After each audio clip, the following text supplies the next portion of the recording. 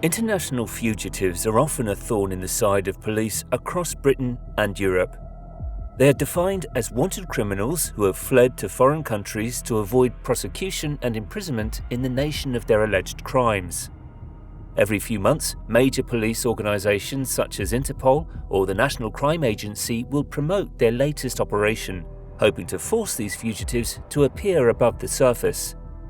It often generates great intrigue and fascination as to how they can sustain themselves abroad for so long without any legitimate income. But have you ever wondered how international fugitives manage to flee the country undetected?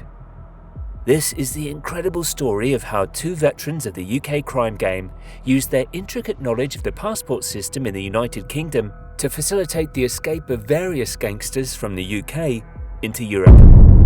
You are watching OCG TV. It would really help us if you could subscribe to the channel. The benefit to you is that you will be alerted every time we upload a video for your enjoyment. For us, it pushes the profile of the channel in YouTube's algorithm and allows us to produce a higher number of videos for you. We thank you in advance for your support with this. Chapter 1. The Masterminds.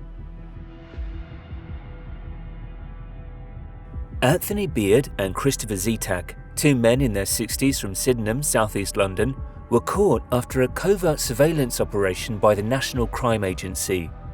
It was found they provided fraudulently obtained genuine passports, also known as FOGs or FOGs, to organised criminals over at least a 5-year period. Zetak divided his time between South London, Ireland and Spain and was described by police as living a cash-rich lifestyle and had connections with British gangsters across Europe.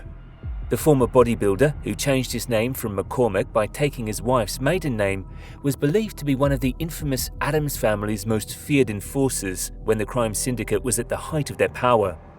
In 1999, he appeared at the Old Bailey, charged with attacking the Mayfair financier David Mackenzie, who owed the Addams crime clan £1.5 million. Despite DNA evidence linking Zetak to the savage attack, he was acquitted. Not much is known about Beard's private life. However, he used the identities of vulnerable individuals with drug and alcohol problems he had met at rehab centres and homeless shelters during his own struggles with addiction. There was a third member of the group, Alan Thompson, 72 years old, from Sutton. He acted as an assistant to the primary culprits, driving them around and running errands relating to the scam. When the case came to court, his solicitor suggested he succumbed to boredom and was manipulated into participation. Chapter 2. The Plot. The investigation into the plot began in 2017 by the National Crime Agency. It ran in partnership with the Dutch National Police and Her Majesty's Passport Office and has been one of the most significant undertaken by the agency in recent times. Beard and Zetak would exploit vulnerable people, often with drink or drug problems, who were around the same age as their clients and with similar facial features. The lookalikes agreed not to apply for documents in their own names while the FOGs were valid. They were paid around £2,000 to £3,000 for providing their expired passports, and their details were used to apply for new ones, but with photographs of the criminals. They also chose people whose passports were running out because, unlike fresh applications, renewals do not require an in-person interview. Beard was an expert when it came to fraudulently obtained passports, and detectives believed he had been procuring them for 20 years. He was involved in every aspect of organising and applying for the passports, including collecting application forms and planning the details to be provided by the applicant and the counter-signatory. His fingerprints were found on many of the forms, and the contact numbers he included were for numerous burner phones that he operated. Handwriting experts established he completed most of the application forms, and a voice recognition specialist determined Beard called HM Passport Office to chase up applications, pretending to be the people named on the forms. Good afternoon, thank you for calling Her Majesty's Passport Office. You're speaking with Jillian, how can I help you? Yeah, I want to check the progress of my passport. Let me, please. The NCA also captured audio recordings in Zetek's house of incriminating conversations with Beard and others about the application processes and their customers. In a covertly filmed video, Beard can be seen paying for passport photos for a client at a branch of Snappy Snaps. Voluntary murder, kidnapping, hostage taking, separate use of arms, drug trafficking, arms and ammunition trafficking, cybercrime, money laundering and serious injury. Customers paid between £5,000 and £20,000 for the highly sought-after documents, which were issued authentically but applied for using false information. They allowed them to operate abroad and carry on conducting criminality affecting the UK. Chapter 3. The Clients. The magnitude and caliber of the clientele were a testament to how well respected and trusted Zetek and Beard were in the criminal underworld. The pair had diversified into supplying false Latvian documentation to some criminals, including Christopher Hughes, who was wanted by Police Scotland for the murder of Dutch blogger Martin Koch, as the impact of the investigation had begun to make obtaining British passports more difficult. In December 2019, Zetek needed to travel to Portugal to hand over the Latvian documentation to Hughes in person, but paid a woman he knew to travel instead. Recordings of conversations revealed Zetek giving the woman tips about avoiding detection at the airport and what to say if apprehended. Hughes's Latvian passport was wrapped up and placed in a Garmin Edge box to make it look like a Christmas present.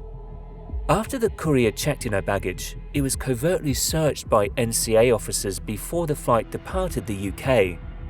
A DNA profile recovered from the passport was a match for Zetek. The woman handed Hughes the passport at a hotel in Portugal before returning to the UK just an hour later. Anthony Beard had strong links to Scotland and supplied 2 other members of the gang that Christopher Hughes was part of. It was confirmed in his trial that he supplied a passport to James Gillespie, who was head of the crime group. Jordan Owen, wanted for the murder of Jamie Lee in Castlemilk, Glasgow, also received one in the name of Lee David Bowler. Irish godfather Christy Dapper John Kinahan was caught using a bogus passport before he boarded a flight to Brazil at Madrid Airport in April 2010. As part of the 2-year surveillance operation, investigators established how he was using the name Michael Leslie Swift and was travelling under a British passport. It is thought that this also came from the prolific duo. Another high-profile criminal that benefited from the fake passport operation included Jamie Accourt, a jailed drug dealer and suspect in the murder of Stephen Lawrence. Accourt spent more than 2 years on the run, using the name Simon Alfonso, having been accused of leading a £3 million drug smuggling plot.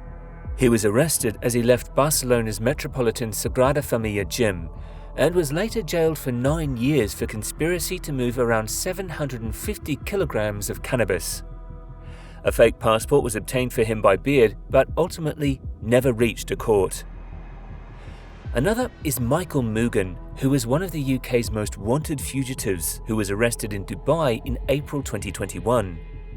Mugan, from Croxteth, Liverpool, fled in October 2013 after a raid on a cafe suspected of being a front for meetings between drug traffickers and cartels.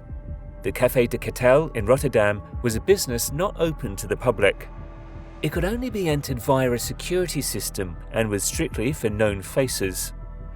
Mugan was linked to the venue, which was the hub for his conspiracy to bring hundreds of kilos of cocaine into the UK every month.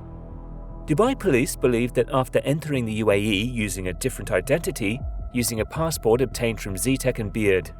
He had a German passport and also a driver's license and citizen card in the name of Michael Deere, but displaying his own image. Chapter 4. The sentences. When it comes to white-collar crime, sentences can sometimes be lenient compared to other offences.